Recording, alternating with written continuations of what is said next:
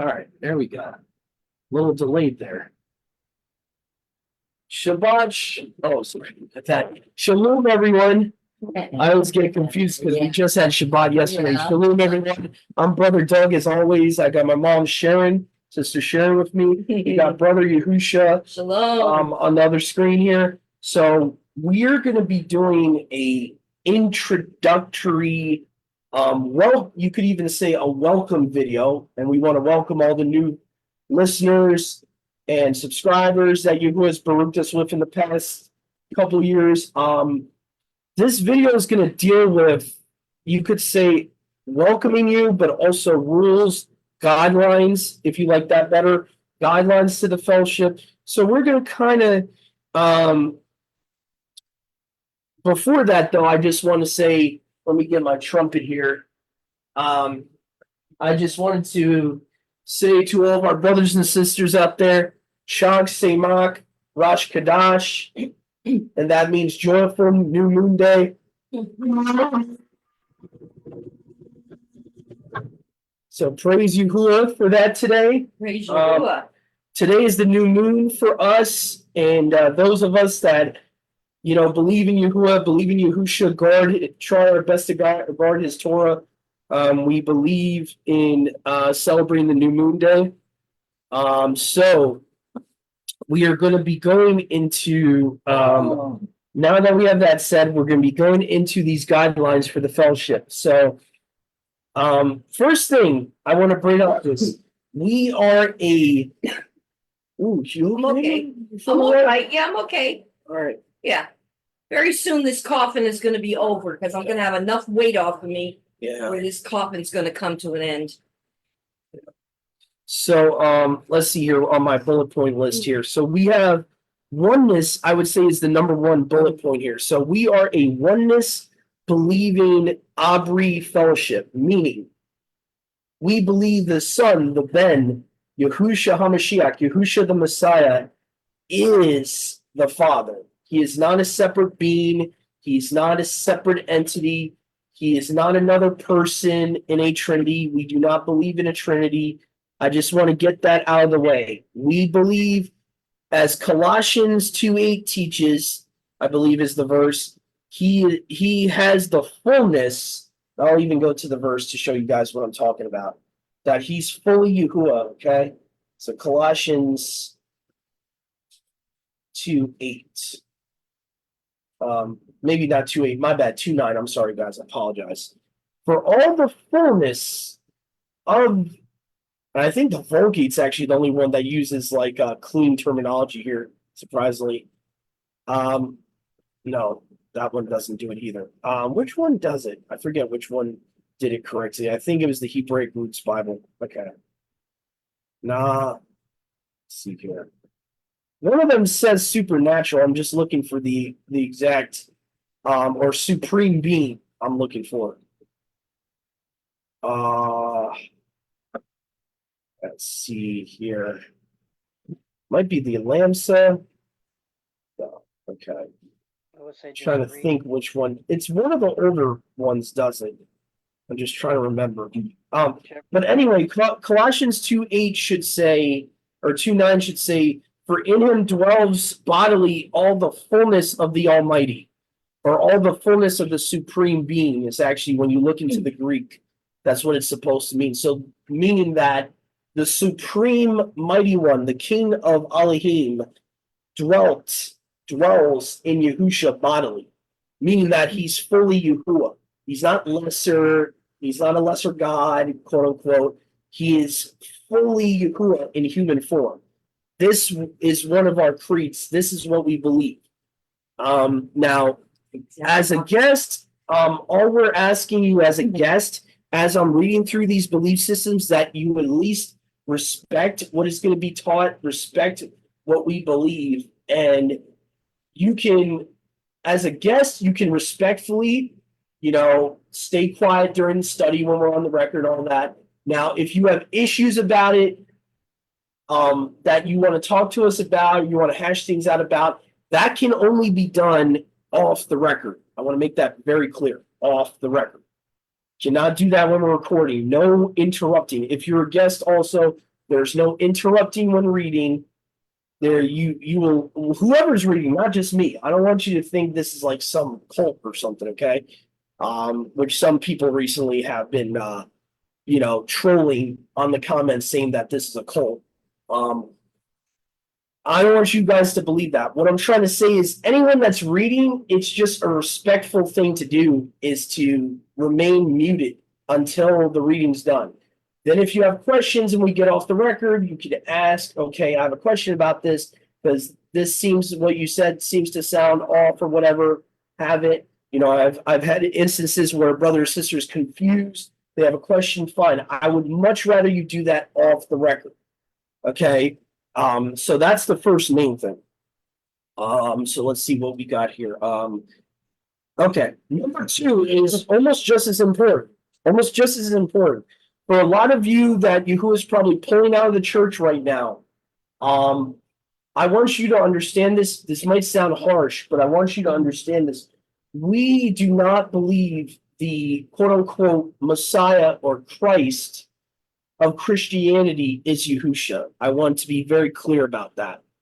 I want to be very clear that we believe Yahusha Messiah, the true Messiah, the true one that came down and died for our sins and rose again on the third day, that Messiah is not being preached in the Christian church, that his identity has been stolen by someone else. Mainly, we don't have time to explain all of it, but mainly we believe the beast himself has been worshipped in almost every man-made religion, including Christianity, and has tried to hijack Yahusha's identity.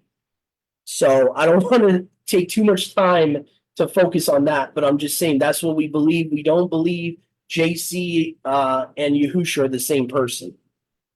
So I want to get that clear because to avoid confusion, if any very new baby in the belief coming on guests and they're confused by what we're saying, I just want to put that out, that we believe that the true Messiah has not been preached in the Christian church, the true Messiah has not been preached in the Christian church, and that essentially we all, when we were in the church, inherited a false Messiah and a false Messiah, and that did not happen. We did not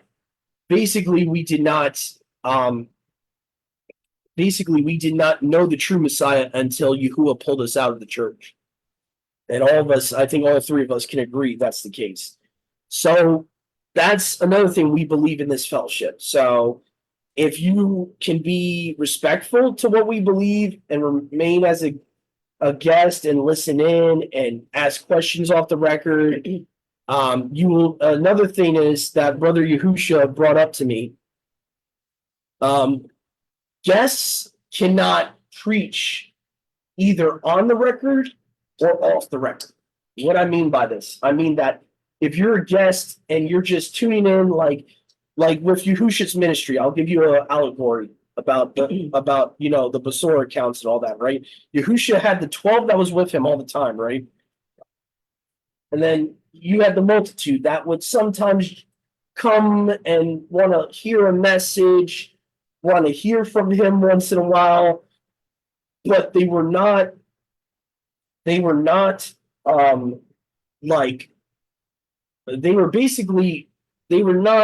the word I'm looking for, Mom? They were not close with him. Right. They were not in his lack for a better word, in the inner circle. Those that want to remain as like the not mixed multitude, but remain like the multitude of the Brit Hadashah that just want to be guests, you're not going to be able to preach at all.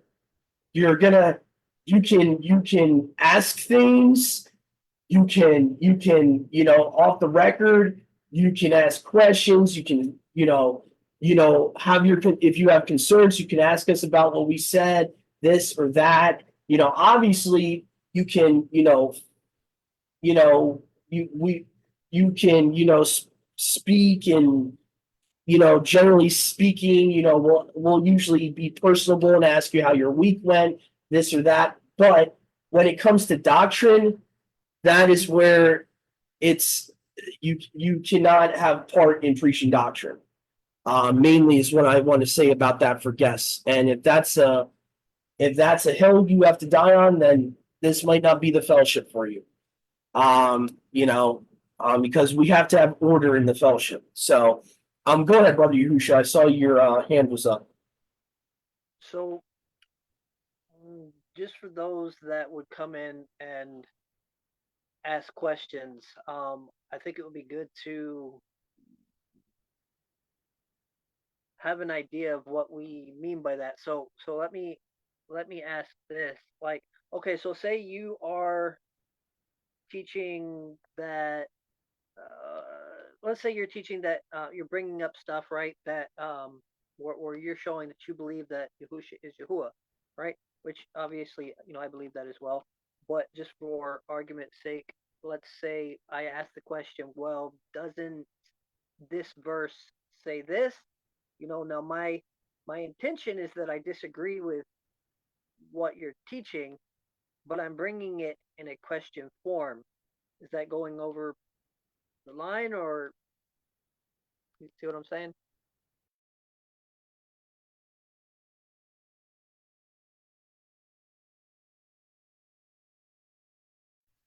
A former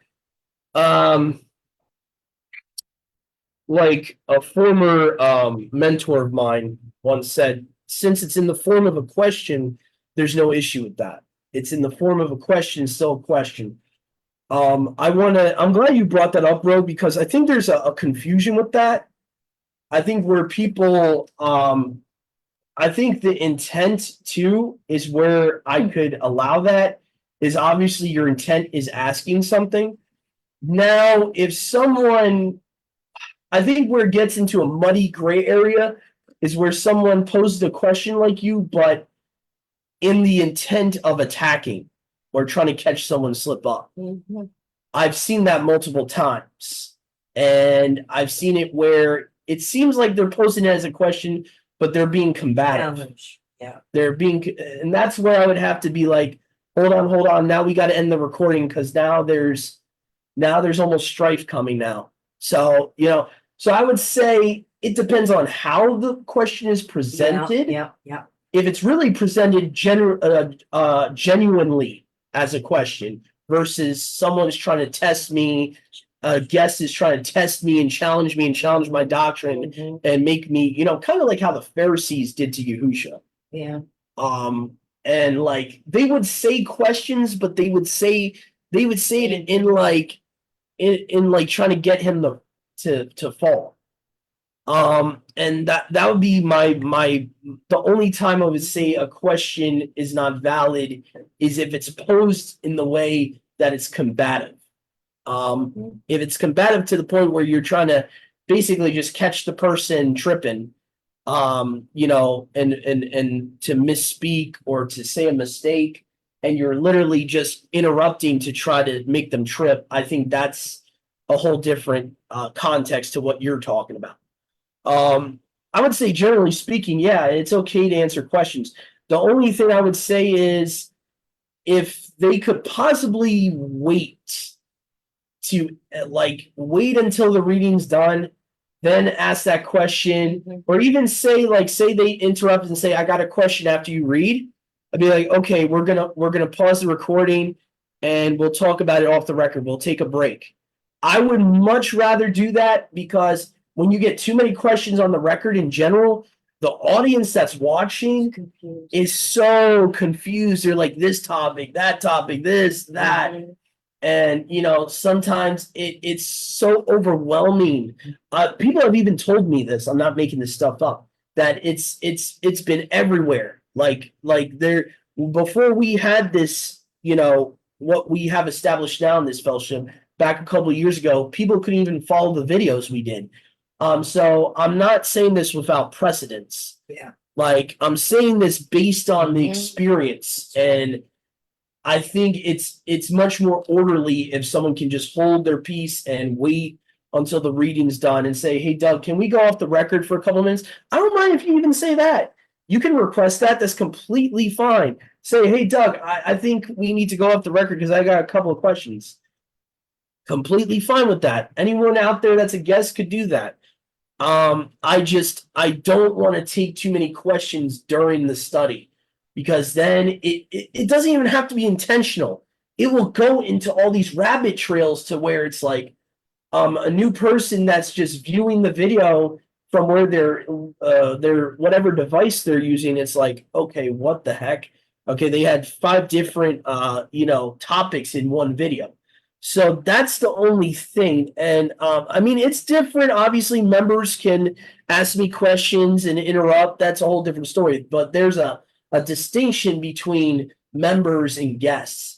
Number one is that the members that have been here, I trust them.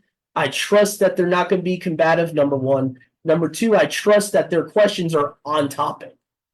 Most of the time, the members that are here, whether it's Brother Yahusha, whether it's Brother Dennis, whether it's my mom, Sister Sue, who sometimes joins, usually the question or comment they sometimes give on the record is going to have something to do with the reading. It's not going to be off in left field, off in right field. So that's what I mean by that.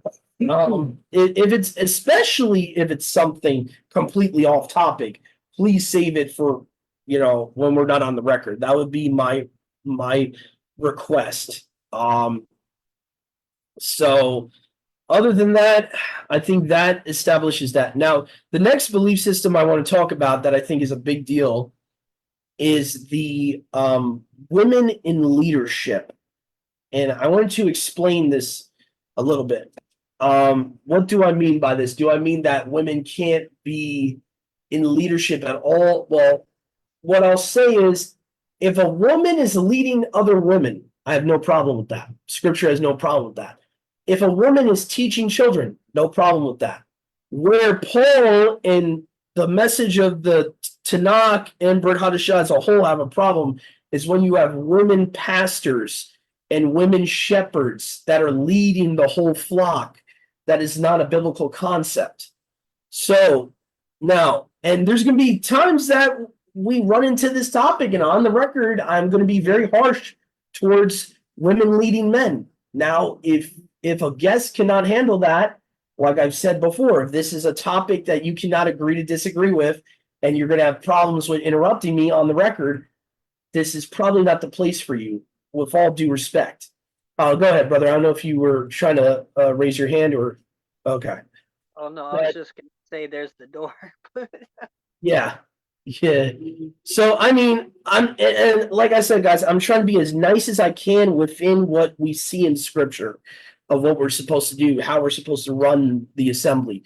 So, yeah, the women in leadership thing, that's going to be something that I think that I really wanted to say this a while ago and I just kept quiet about, but it needs to be said. So, and like I said, I understand that there are a lot of our sisters out there, they're still, they're having trouble with what they learned in the church. I get it. I get all of our sisters out there. I understand where you're coming from. As long as you can be respectful and respect what we believe, you can be a guest. It's fine. You don't have to agree with us, but you cannot combat what we teach about that topic. You can't. Okay. Now, this is where I have a little asterisk here and a little question mark here. This is where I am trying to go by conviction about, and I'm trying to really, really be long-suffering about these two heretical beliefs. I just want to talk about this and our stance on the two heresies of the divine feminine and the Trinity. We do not believe in either a divine feminine or Trinity. I would really recommend, and if people want to message me one-on-one and ask me, about certain scriptures about it, I'm fine. I'm available to hash this out, but I doubt I will change my stance. I seriously doubt it, especially on the divine feminine and the Trinity, these two topics. I've studied this out very thoroughly, who has shown me how these historically go back to heretical sects of Kabbalism and Gnosticism, respectively. And so, if we have a guest that believes in either of these heretical belief systems, I'm not going to shut you out. As far as I've been convicted right now, we're not going to shut you out and say that you can't be a guest, but you can be a guest. But I would definitely say that there will be strong restrictions for those that believe in such things. I can respectfully say that I cannot allow you to even preach even off the record, on these topics. I can't allow it to happen. And if you do, if you transgress, we will have to kick you out as a guest. I'm sorry, but those are, in my mind, those are the two biggest heresies in the body of Messiah right now. Two of the biggest. Not saying that they're the only ones, but they're two of the biggest that affect how we worship Yahuwah and who Yahuwah is, his character. Both of them change his character. Both of them promote another good news and another mighty one, another deity, if you want to use that term. Okay, it's a whole different Basora in both doctrines. So just want to put that out there so people know. Again, all right, Amos 3:7. And again, Amos 3:7, I just want to mention because a lot of people, I've talked to a lot of Mishpaka in the past, and they're very big proponent on, wanting to fellowship with everyone, and wanting to, I've been guilty of it, and I just want to repent to you guys right now. I've been guilty of it in the past with assembly jumping. I don't do that anymore. I don't do it anymore. Yahuwah has corrected me on it. And again, so there's a scripture from Amos that says, "Can two walk together if they don't agree?" And this is the basically concept of my theology and another person's theology, who I call my brother and sister.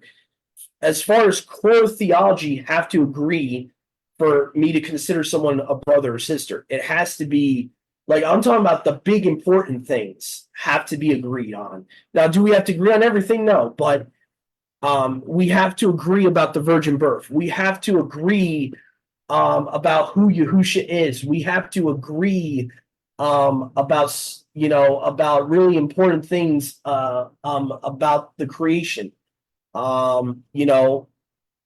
If we're serious scripture believing Abri people in Messiah, Yahusha, we should believe in a literal 6-day creation, right?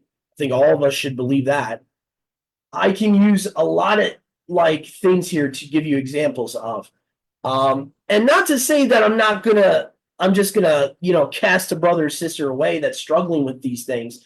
But I'm saying, as far as being a member and being in this fellowship, we have to have similarities in doctrine. We can't be like, I'm here far right and you're all the way to the left, and we don't even have the same Basora we believe in. You know what I'm saying? So that is just a big thing to me. I would say the most obvious is if someone believes in what's known as the social justice or social gospel good news. That is a big problem for me. That is another Basora. That is another problem. Now, can I hash it out? Definitely, I can hash it out. I can hash it out and talk to you about it and show you historical evidence where that comes from. And it's not from scripture. It's from political movements like Martin Luther King and Malcolm X and all that. But as far as what scripture shows, that is another Basora, which by default means those that receive that do not receive Yahusha, but another Messiah. So that's where, and that's the big thing too. I would say Galatians 1:6 to 1:6 to 9, right, Mom? That proves that if you don't have the same Basora, it's impossible to walk together, because Paul himself says, if you've received another Basora, you're accursed. Okay, so again, this is a big thing too, is that we have to understand what the Basora is and who the true Messiah is, character wise. So anyway, I'll end it with that. That's just an example of what I meant by the book of Amos, where it says, "Can two agree? Can two walk together unless they be agreed?" Could I offer something? Go ahead, Mom. I just wanted to, I'm actually pulling up, as we were talking about this, I wanted to pull up and see the origin of the actual idea of Trinity. And they actually say on here, it appears nowhere in the Bible. And one of the first things I learned as coming into the truth is that in order to believe in a Trinity, you have to separate the Father from the Spirit that He is. You cannot separate His Spirit from Him. He is Yeah. the Ruach. And that is exactly what did it for me. That made it clear as crystal to me is that no, we can't take the Spirit from the Father to believe. And it was the Nicaeans, according to what I have read on here. Yeah. 300 and something AD. Yeah. Yeah. That they came up with this. So Yeah. yeah, I just wanted to Yeah. mention The that. Nicene Creed. Yeah. Yeah. So where we get the Trinity, well, it's even before that. Okay. But if you go all the way back to Babylon, they had trinities. Oh. Every pagan religion has a trinity. You got Nimrod, his mother slash wife, and his son Tammuz. Satan All- was one. All three, Nimrod, his son, and his mother, all three Mhm. are worshipped in every pagan religion as a trinity, as a triad. They'll call them the triads. The Egyptian triad, the Babylonian triad, the Greek triad, the Roman triad. So as far as history is concerned, going back to the Trinity, it's very clear where that comes from.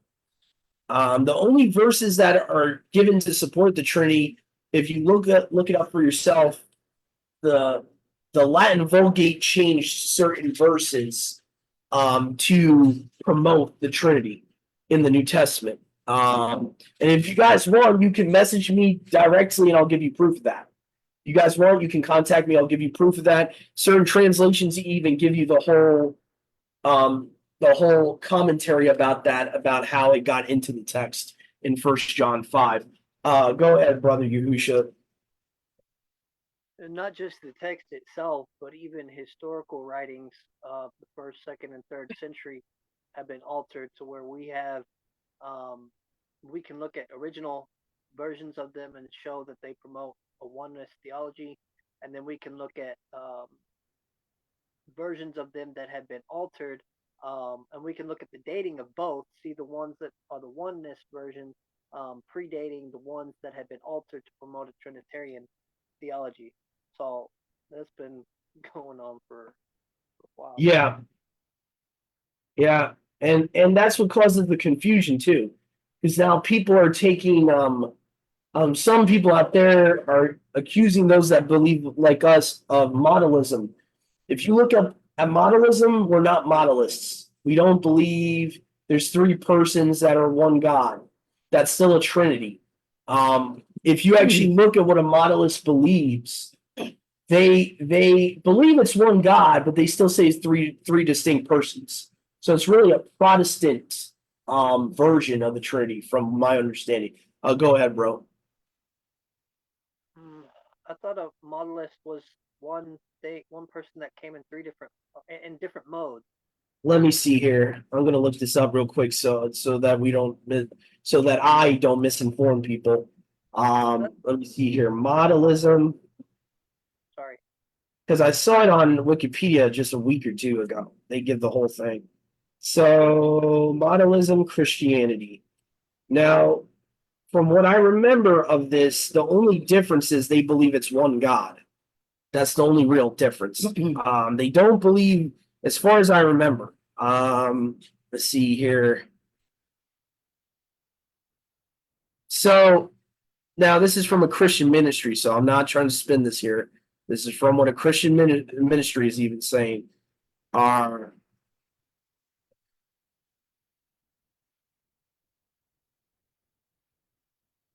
Let's see here.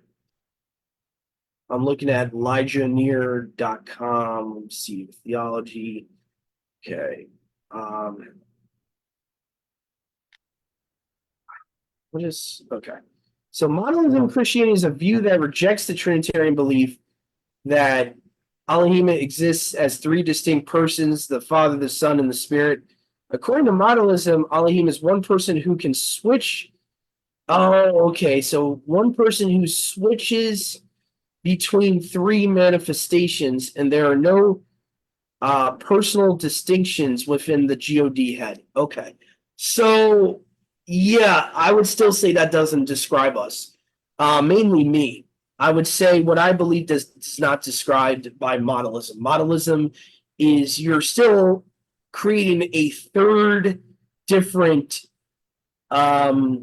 manifestation that I don't look as a separate manifestation, because John 4 says Yahuwah is spirit.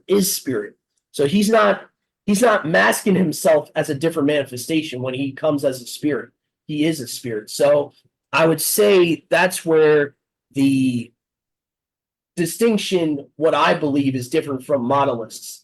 Modalists would believe that you still have three identities that the Almighty is identified as, or I guess they would say transforms as, is the Father, the Spirit, the Son, and the Father. They still look at the Spirit separate from the Father as a distinct manifestation. That's where I would disagree with him. I believe that there's only two, not that there can't be more than two, but there's two main ways Yahuwah reveals himself, is either as himself or the Son. Now, obviously, you got the pillar of cloud and all that. The fire by day, pillar of cloud by night. You have the right hand. You have this and that. I get that, but I mean, as far as physical, like, ways that he's revealed himself, the main two really is the Father and the Son, and the Spirit is not separate from the Father. So that's where I disagree with modalism, and that's why when people say that, I'm like, no, I'm not a modalist, because modalists are not oneness. It's not the same thing. I would say what we believe is not exactly perfectly represented, but is way more closer to what the early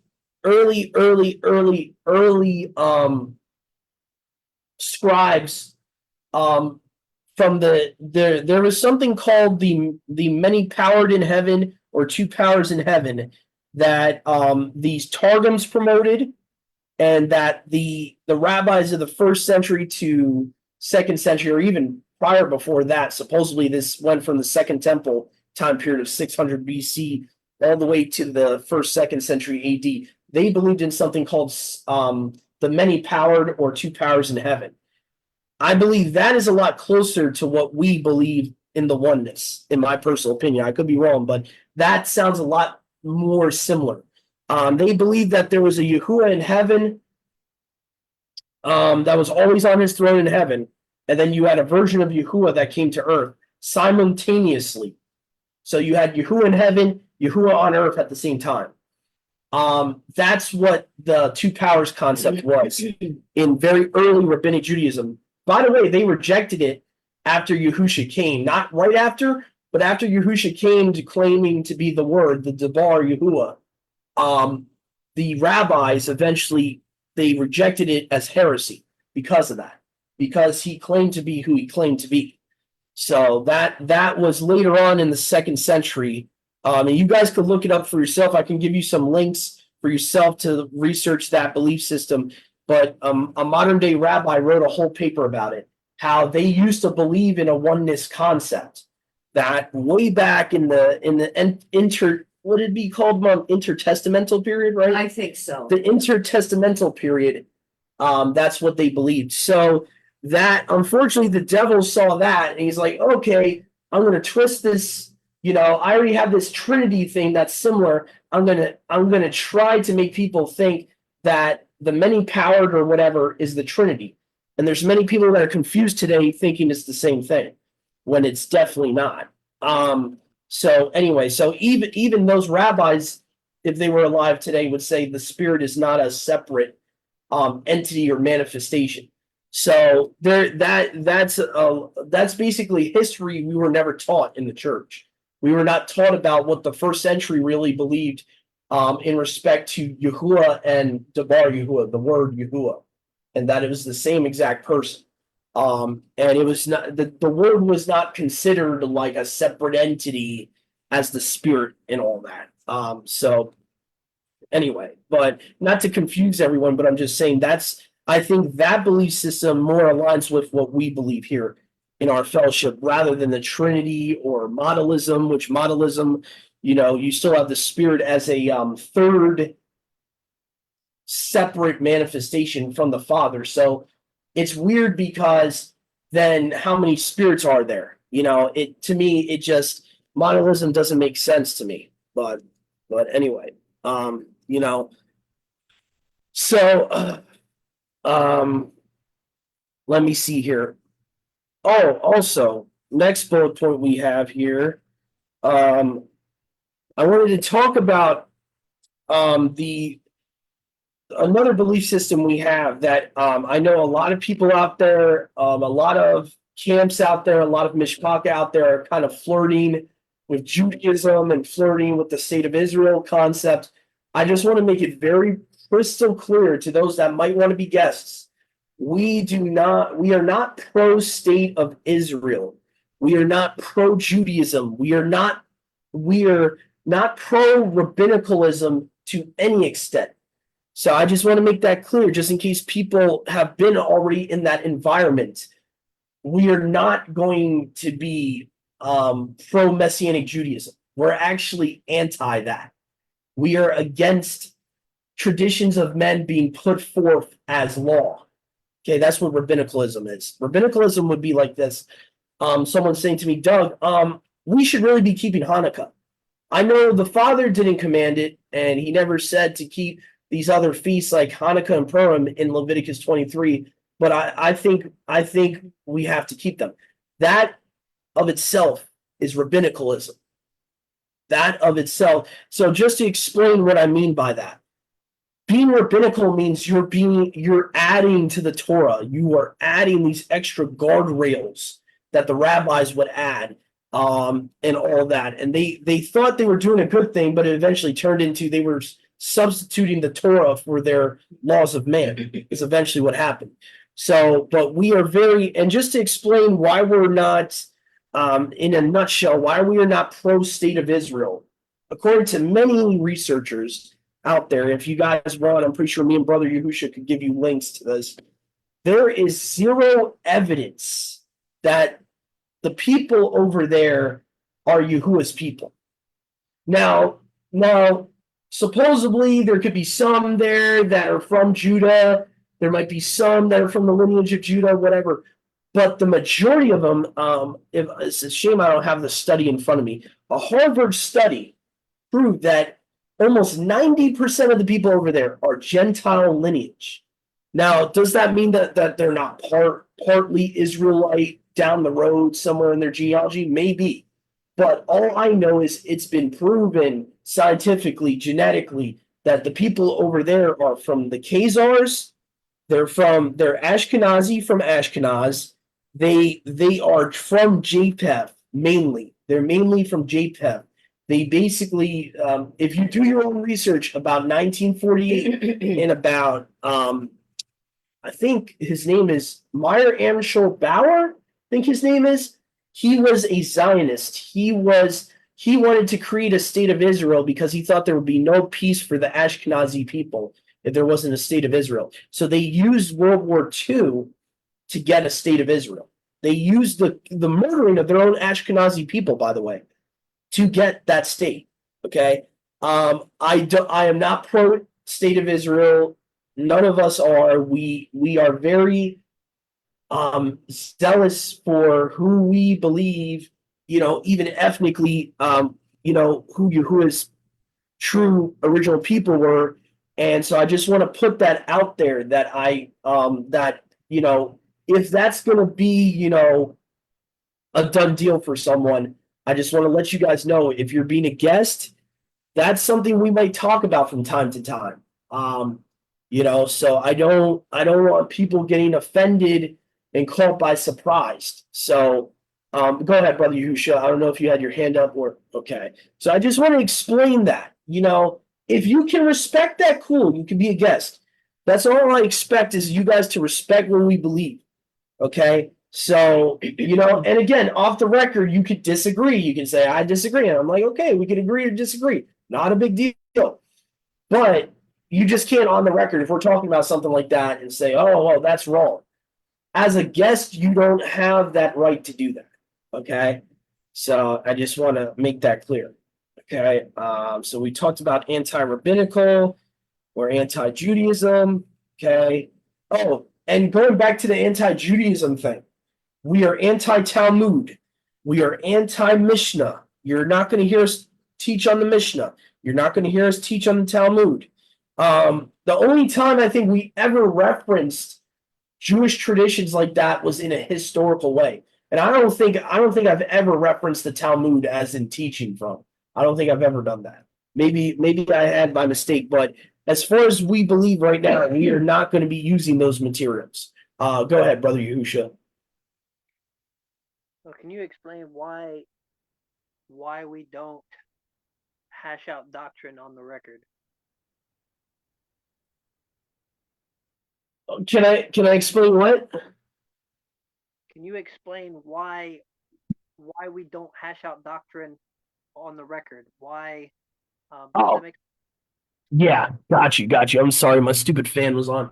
Okay, let's see to make this easy for the viewers to understand this. So basically, if we hashed out doctrine on the record, it would cause a lot of doctrinal confusion. And I think that's why we see so many in this walk confused when they watch different ministries' videos. And I just think it causes more confusion than any benefit, is what I would say why we don't do that. It causes people to go home with more questions than answers. And that would be my number one thing. Number two is as a fellowship, we especially members, we are to be of one accord when it is doctrine. So if we have something to hash out, it doesn't give the right appearance either on the record, and I think the problem is more when we've done that, and trust me, I've done that before. I've been more lenient and allowed that to happen. And all it does really is it confuses the listener and the viewer. That's all it really does. So if someone, that's why I prefer to hash out doctrine off the record, because it's like a free for all if you're doing that on the record. It's like, and then also you'll have times where there's times people don't want to let a topic go, and then you cause strife. Strife is caused, and then that's really not a good look for on the record to have that being happen. I would say that's another problem too. It looks so disorderly. It looks like there's no order in the fellowship when that happens, if that makes any sense. Go ahead, brother Yahusha. So to add to that, I would say some people can definitely hash things out in shalom and in order. However, if we allow that for one person that is able to do that in shalom and in order, then we have to allow it for everybody, and not everybody is at that level. Some people are going to get contentious. Some people are going to get angry. Some people are going to,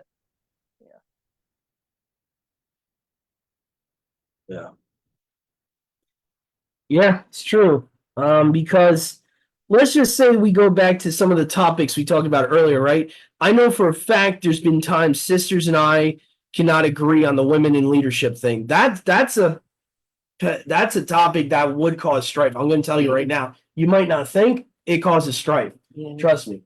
Women and men being equal, another topic. Okay. Many are still holding on to that thing from Christianity, and I know that would cause strife. I know it would.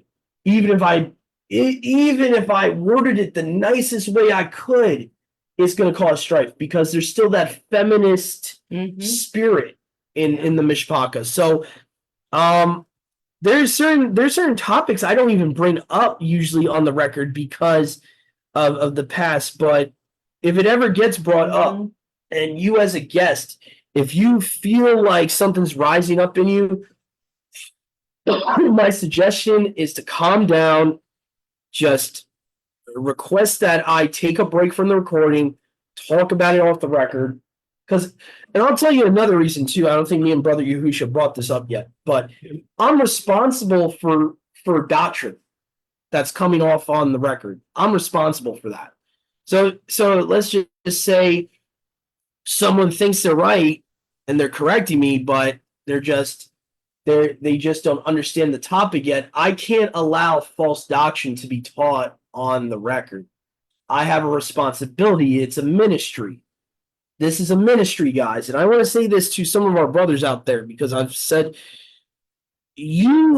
us as shepherds and having a ministry that you has given us via YouTube, we do not have the option to say, oh, well, I wasn't really teaching. No, if you have a YouTube page and you're doing videos, you're teaching. That's point blank. There is no shying away from responsibility there. So this is why people need to understand that yes, we can have fun, we can laugh and enjoy the fellowship together. But at the end of the day, ministry is work. It is a spiritual job. And I can't allow the risk of someone that's just a guest, and I don't even know their theology. I don't even know them well to be preaching over the mic, while my microphone is on, and then false doctrine's coming through, and then someone gets deceived. And because I'm a shepherd, and who has chosen me as a shepherd, I am responsible for that. I'm responsible for people getting led astray, and I can't allow that to happen. And I would rather, we would rather be, hated by some that can't accept this than allowing so many people get tossed to and fro by weird doctrine. So that's one of the main reasons we don't hash out doctrine on the record. We have to have order so that we can, to the best of our ability, control what is being taught on the record. So because that's our job, that's our responsibility. So hopefully you guys can understand that. This is the next bullet point. Brother Yahusha brought this to me before we went on today. The next one we're going to talk about here is, talk of extra biblical texts. What are the guidelines for this? Okay, I would say you want to talk about apocrypha text. I would say keep that for off the record, especially if you're asking me my opinion on books and stuff like that, because that's a big topic of its own, and really that would take a whole good couple hours to explain what books we accept, what books we don't.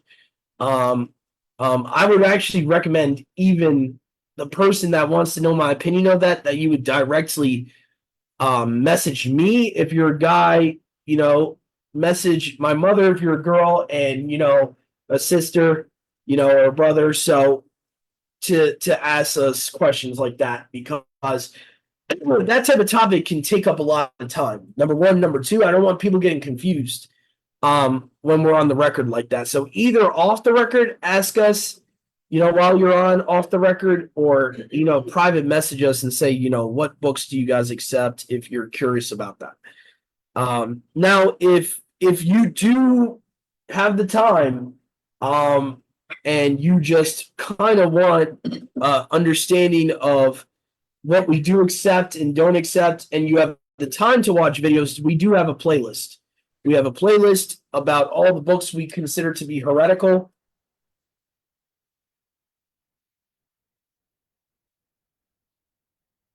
Let's see here. So go ahead, Brother Yahusha. I think we have like you said, the ones that we believe to be heretical, but I'm not sure if we have one showing the ones that we do believe to be Yeah. So yeah, I have to get on that. And so far it's very few, to be honest. It'll be easy to do that for the ones we believe in, because it's very few at this point that either one of us has accepted. So it will probably even be a shorter list.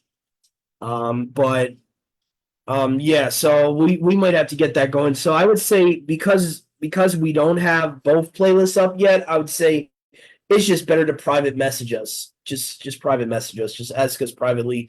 And we'll give you to the best of our ability what we believe is inspired and not inspired. Let's see here. Another thing I wanted to bring up, and this is going to be a couple subtopics are part of this topic.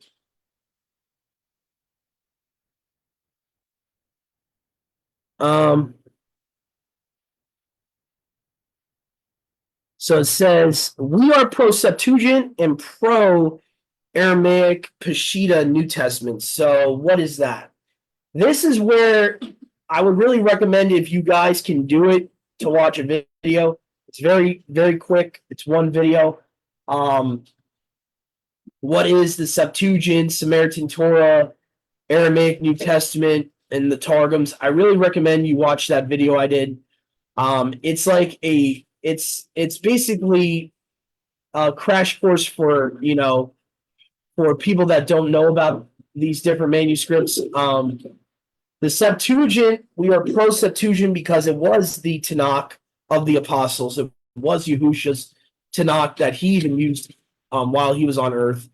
And so we trust that over the Masoretic text, which is the standard for most Bibles, especially Christian Bibles.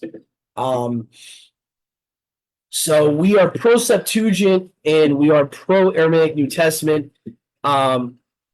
I would say Bibles, as far as translations go, we are not sticklers for a certain translation. As far as reading goes, like reading on the record, we use many different ones. I use different ones. I use an NLT sometimes, ESV.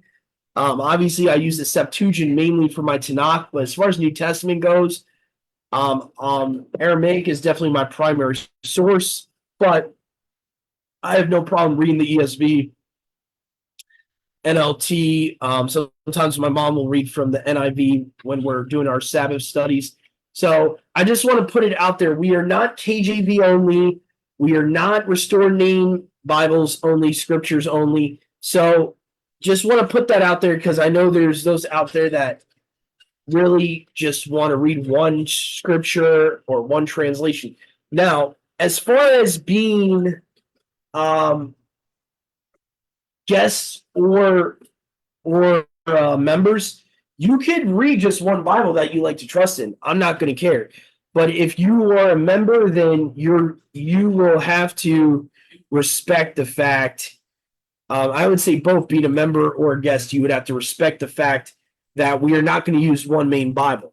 And if that's a conviction issue for you, then again, you might not want to be a guest.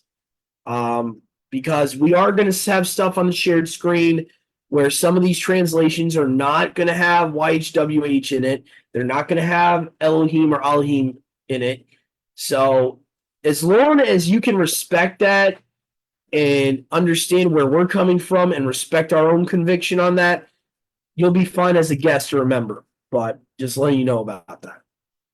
Now, the last topic, this is a controversial one because as far as the Tanakh, there's only a little bit of evidence for this, why I believe this should be stressed upon a little bit more.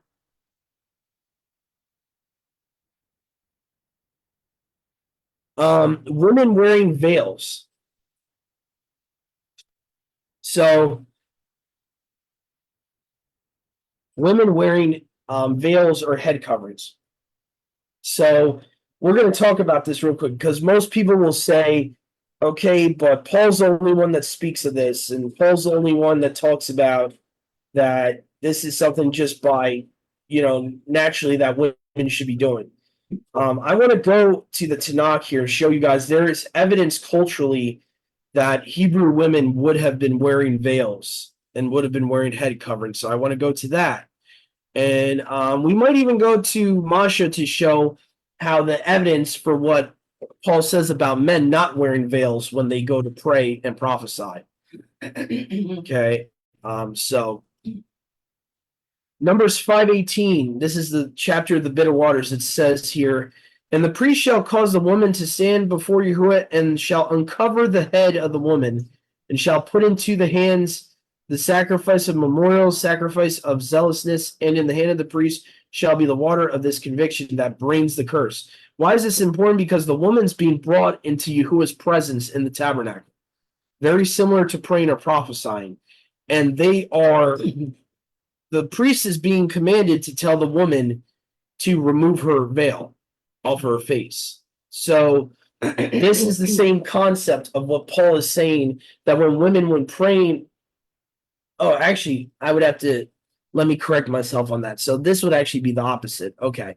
So the point though is though, even though I was mistaken with that verse, the point is though, women had veils. They had veils and they would wear them, and for certain purposes they took them off. So for me personally, I do believe this is something Yahuwah gave Paul wisdom to admonish to the assembly. And I know people will say, well, Paul's the only one that commands this, but you have to understand too, a lot of the times Paul would say, I don't command this of myself. Messiah is speaking through me. Okay, so Paul is just being used as a vessel to admonish these things to the assembly. So if we were to take his stuff, all of his stuff as opinion, then we have a lot of problems. So unless he says this is his opinion, then we have to consider it as like a direct order. Go ahead, Brother Yahusha. I forget where it says it, but it says that it says, why was the Torah given, or why was the Torah added? It was added because of transgression. So there was no need to say, don't do this if someone wasn't doing it, right? And so, like, if we see in the Tanakh where they already had the concept of wearing a head covering, women wearing have it being veiled, and men not being veiled before Yahweh, and they weren't transgressing in that, then there was absolutely no need for Yahweh to give a command for that.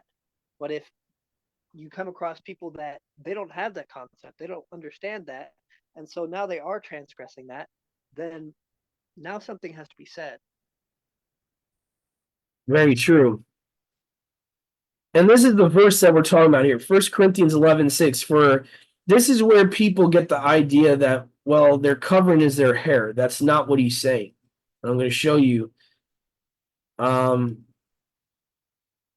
let's see. It says here, but every woman that prays or prophesies where her head unveiled, is actually the Greek word there is veiled.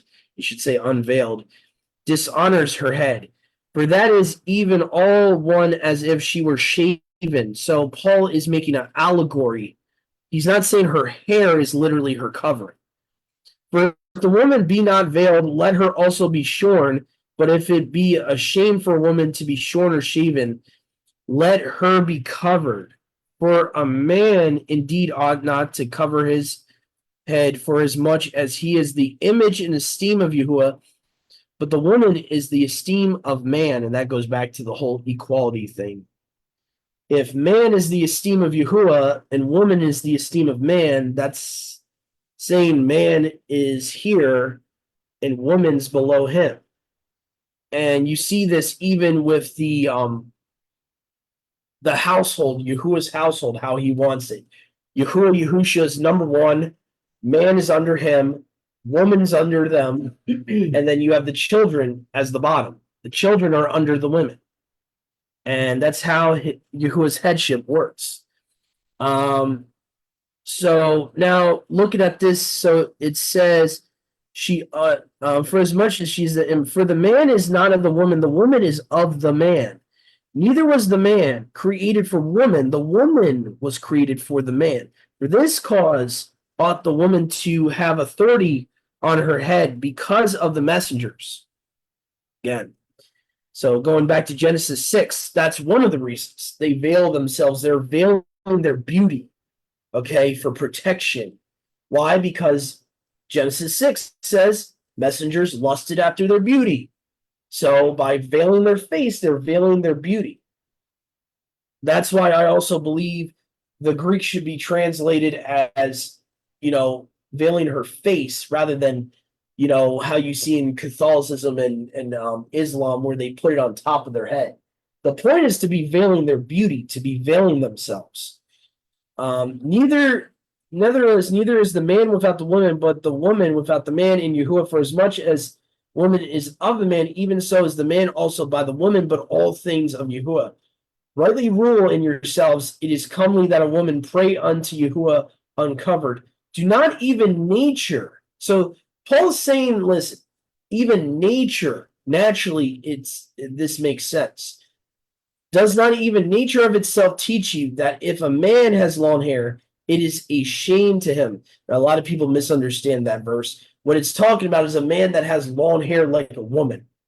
Like if I was to grow my hair out and I walk the street looking like Fabio, okay, or looking like a feminine male. I mean, all you have to do is look up a feminine male in Google Images. You're going to see men that have long, flowing, streaking, straight hair like a woman.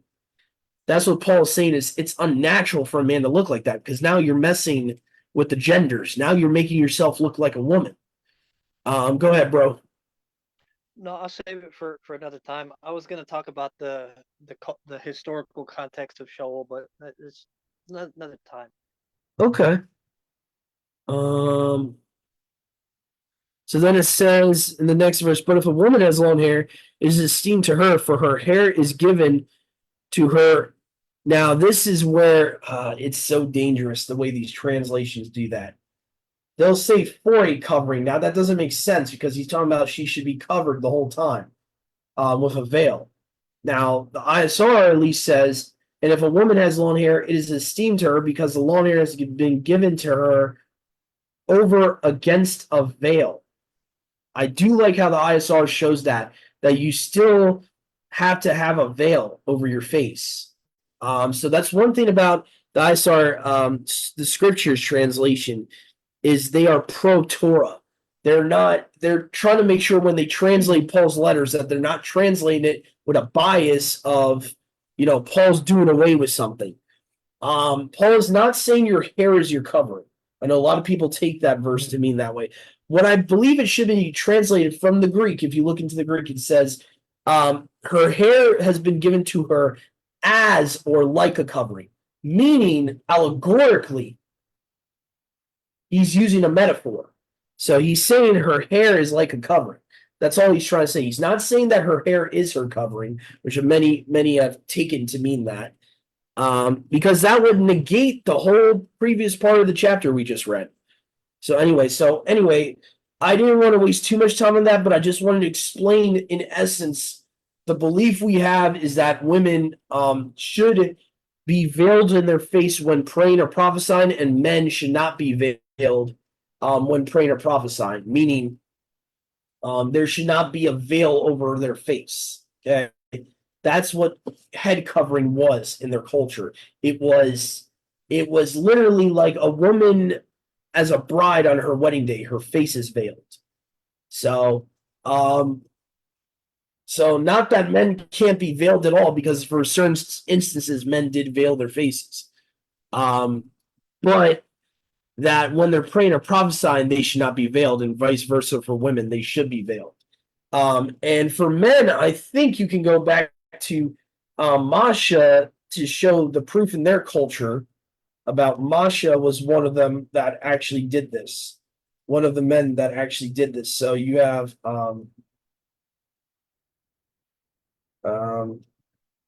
covering his face. So basically, this chapter talks about how every time Masha, he went to the people because his face shone like the sun, like how Yahusha did in the Transfiguration.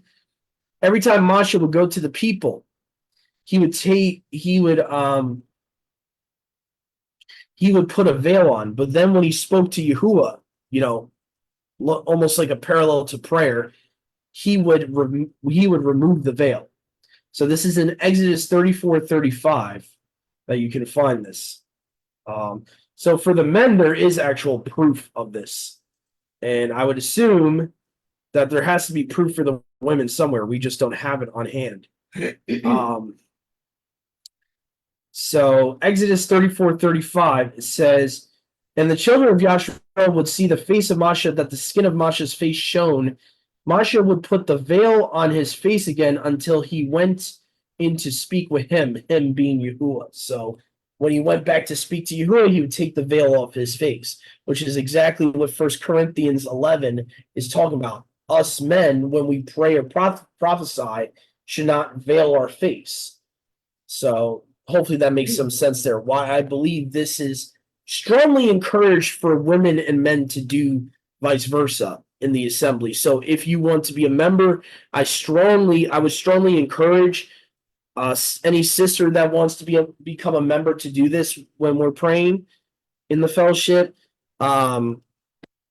If they just want to be just a guest, then I can be more lenient if you're just being a guest. But as a member, I would strongly suggest any sister that wants to become a member to do this. So that's pretty much all I had to say. So hopefully you guys enjoyed this informative welcome video. And I just wanted, on a more lighter note, to say welcome. I'm glad Yahuwah has shown you this ministry. And have a great rest of your new moon day, all of our brothers and sisters. And Shag Simak, Rosh Kadash. Joyful new month, everyone. Did we tell them how to get in touch with any one of us? Oh yeah, thank you for reminding me that. If you want to get in touch, guys, there is multiple ways. I'm just going to show you here on the YouTube channel. There's multiple links. And if you guys want, I think I might have my email actually attached to my YouTube channel as well. If you want to email me, I would recommend you reach out to us on one of these links or my email before calling me, just so I know who the person is that's trying to contact me. Because I get some weird phone calls sometimes with these, telemarketers, this and that. I don't like giving out my phone number right away to someone I don't know. So I would much rather you guys, if you feel the need to directly contact me. I'm sorry about this. I gotta sign back in here. I don't know why I gotta constantly keep re-signing back into YouTube. YouTube keeps doing this. I don't know why. Crud, that's gonna be on the camera. Dang it. I don't know why they're constantly making me re-sign into YouTube. Doesn't make sense. I was just signed in like hours ago. Okay, so anyway. All right, so guys, here's the links. You can contact me on all these social media, any of these social medias, whether Tor Network, Minds.com, MeWe.com, if you guys are on there, Facebook if you're on there, Instagram if you're on there. And then also we have a website right here. So let me just see here. Okay, so that's right. To do this new account, we had to do this. Okay, we had to change the email address. Oh no, here's the email. It had it hidden. Here's my email right here, guys. DouglasBoninsegna@gmail.com. All right. So if you reach out to me in any of these sources, any of these social media sites, or my email, I recommend those are the ways you reach out to me. You can also reach out to me on Facebook on the group page we have. I really recommend you do that, to private message me there, if anything. I'll just show you guys what I'm talking about. So let me go to my group page here, because this is where a lot of our old teachings are on here too. So, Awakened by Yahuwah Fellowship Assembly in Yahuwah and Yahusha. So right here, this is the group page that I created that Yahuwah gave me years ago. So probably started like 2-3 years ago at the minimum. Actually, probably 4 years ago, it looks like. So I recommend you guys reach to me throughout any of these avenues. And that's pretty much it. Hopefully you guys enjoyed the video. Have a great rest of your day and shalom.